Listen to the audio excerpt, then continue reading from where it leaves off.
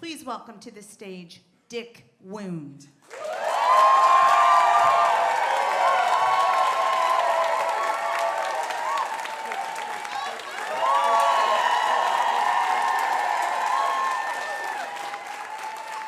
Hello.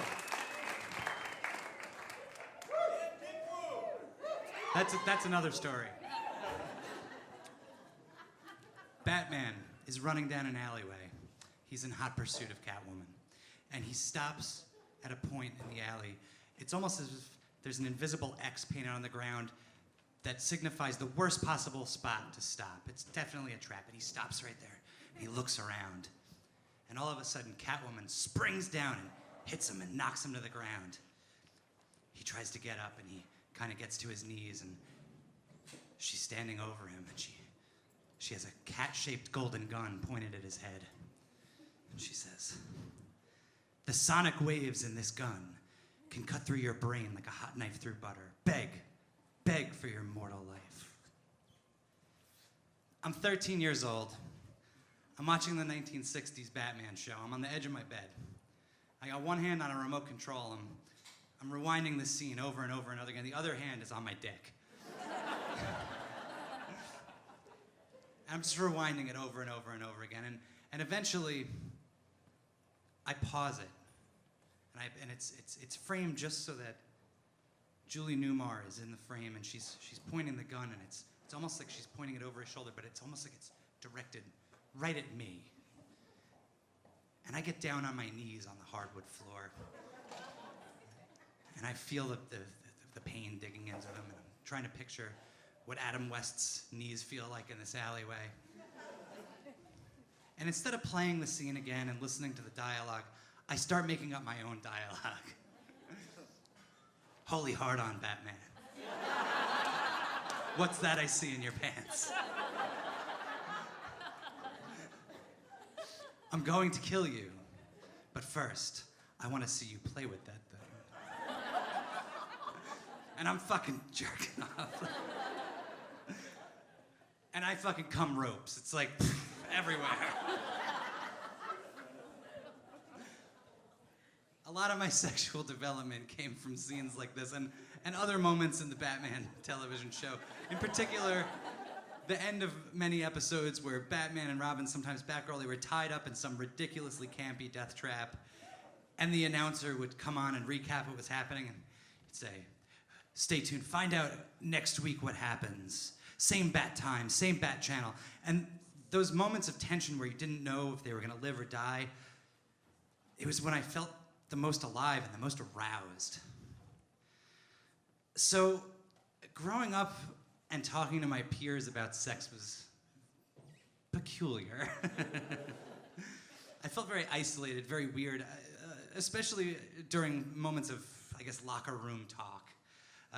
Guys would be talking about, "Oh, I saw down Beth's shirt, it was really hot." And I'm like, "Well, I was thinking about Mary cutting my head off the other night." And it just, it doesn't...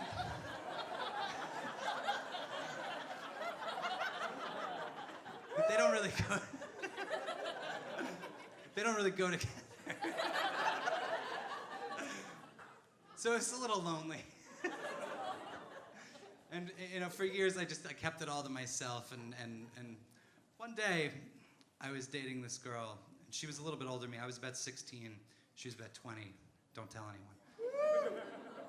And out of nowhere, one day, we're in my room, and we're getting a little drunk, and she just throws me up against the wall. And a knife comes out of nowhere. Where the fuck did this thing come from? And she puts it in my face, and I took in this sharp breath of air. And my eyes got really wide. And she looked at me, "Ooh, you like that, huh?" And I kind of whimpered, "Oh, yes."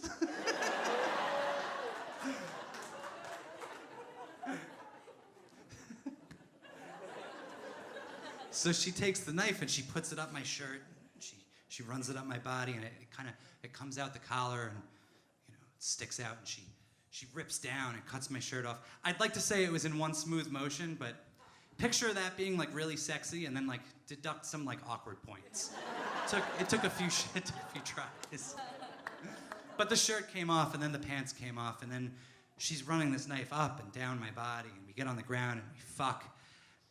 And she's jabbing me in the rib cage with this knife. And my eyes are rolling back in my head.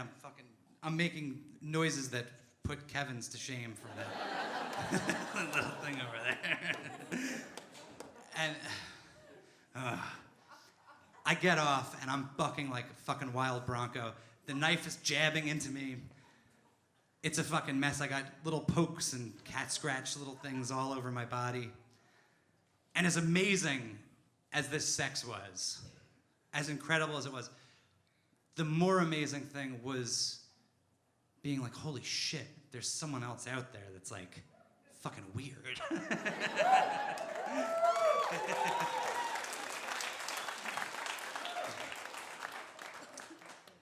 It gave me the confidence to start talking about some of the weird stuff. And first I went all in, and I was, like, oh, I want to cut my head off, blah, blah, blah. And then I realized, dial it back a little bit, My friends all kind of accepted me as just the weird guy, and, I could say things if someone was going to take a piss, I'd be like, oh, leave the door open, or like, I like to smell women's armpits, like, that type of stuff. And it was great because I was able to connect to more people and find other weirdos like me. And in that time, I learned so much about myself. Like, for example, I like to be the henchman just as much as I like to be the dude in distress. Ooh, who was that? But the other side of that is that I noticed there was a few times where I was dating someone, and they weren't so into that. And I would end up kind of pushing it down because I had a few serious relationships where when I kind of came out with everything, it sort of tanked the relationship, and I kind of freaked people out sometimes. And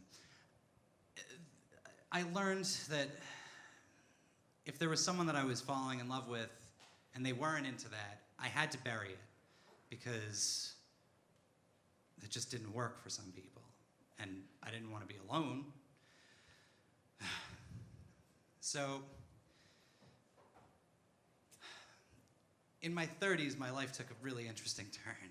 I was on a camping trip with my friends. And it was during a heat wave, but I was sweating and I was nauseous. I couldn't shake it. And 12 hours goes by, and then around the 12th hour, I got this sharp pain in my chest. It was like there was a pipe just like buried in my heart with a Buick sitting on top of it. I don't know how else to describe it. My vision was kind of white. I was very dizzy. And it turns out I was having a massive heart attack. So for the next 2 years, my life was interesting. I got rushed back to the hospital 11 times with various complications due to the damage that I sustained from that. The bottom of my heart is dead, and blah, blah, blah. Medical stuff, boring. But my life turned into just a life of restrictions. I couldn't have chocolate. I couldn't have coffee. I couldn't work in the department I used to work in because I have a pacemaker now, and I worked around giant electromagnets, so I had to take a boring desk job. I couldn't really fuck because I was, terrified of my heart exploding if my heart rate got too high. And even jerking off was something I did it just to get it out and have that relief, but there was no real joy in it. There was no real pleasure. And I spiraled and spiraled into this depression, the type of depression where, like, if something's on TV and you don't really like it, you don't change the channel just because you don't care about your life that much. So that's how I started watching Say Yes to the Dress. And then my favorite was Project Runway, though. One day ID Discovery's on, and this show called Wives with Knives comes on. And I'm like, I'm watching this woman preparing to like poison her husband. And I'm like, oh God, damn, like what's going on down there? Like, fuck, I haven't felt feelings like this in a while. And I started kind of connecting the dots and being like, oh, when I I was younger, I used to kind of jerk off thinking about dying, and here, the past 2 years, I've been on the edge of death, and I've been fucking miserable about it. Is there something I can do about that? Don't worry. So I start emailing cam girls, 100 of them at least. Hey, can you shoot a video for me where you're kind of looking at the camera, pretending to kill me, dismember me, stop my heart in some way? And I got back 100 messages that were like, no, that's a little out of my comfort zone. I think you might need therapy. You name it, I got the answer. And I'm about to give up. I'm still miserable, and I find this one girl named Desiree. And she looks like someone who I'd be friends with in real life. She's got kind of cute punk rock hair, piercings, tattoos. I'm like, you look promising. And I said to myself, I'm gonna ask one more time. I'm gonna ask this girl. And if she says no, I'm gonna give up. I'm gonna get into therapy. I'm gonna figure out what I have to do. And I lay it all out there. Everything, the whole story, everything I've gone through, all the girls I talked to, all the answers I got. And I asked her to make this video for me, and she almost instantly writes back to me, "This is fascinating." Of course I'll do this for you. Just send me a script. So like a week later, I get an email with a link to this video, and I watch it, and it's kind of standard. I'm tied to a chair in a dirty basement, and she's got a set of jumper cables, and she's, "Why were you in my house? What were you looking for?" And I'm not fucking answering, because like, I'm a fucking masochist, you know? So she's coming at me with the jumper cables. And I just watched it. I didn't jerk off anything. I just watched it. But I was rock fucking hard. I watched it a few times, and then I finally got up the balls to watch it again with my pants off. So I'm watching it, and I'm jerking off, but I'm going slow. And I'm really feeling what my hand feels like on my dick, and how good that feels. And it's the first time I've thought about that in 2 years. This wasn't a time where I was just gonna quick get it out just so that you don't fucking, go postal or whatever. This was for me.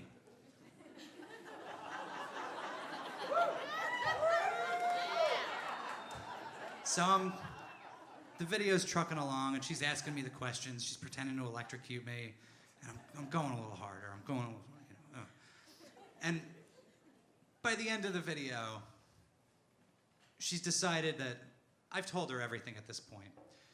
And she's decided, oh, I can't let you go, sweetheart. You know too much. I'm gonna have to kill you.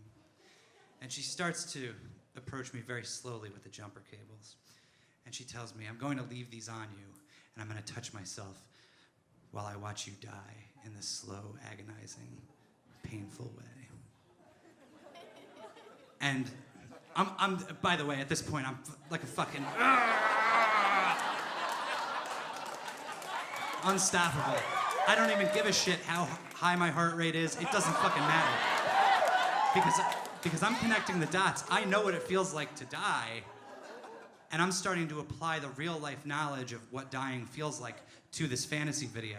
And those two things crossed over is like nothing I've ever experienced.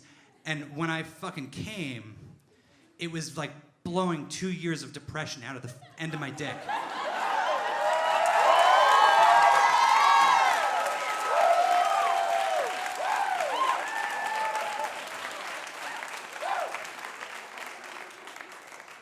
So at this point, I decided I can't do this pushing this shit down anymore. I need to get out there. I need to be me. So I find this website, FetLife. All of you, friend me. No. Dick_wound.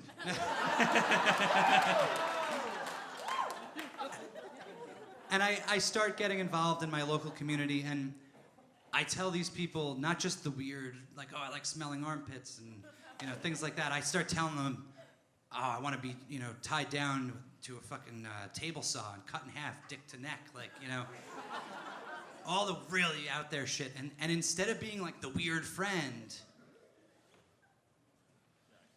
I had people that were bouncing back to me like, oh, that's really interesting. That's kind of hot. Not really my thing, but here's what I'm into. And for the first time in my life, I felt like I had friends and like a sense of community that I had never had before. And I started my own podcast, Off the Cuffs, a Kink and BDSM podcast. It was initially to document my journey into kink, into the public kink community, because I'd been privately for so long. And it turned into something else. I've been getting emails from people.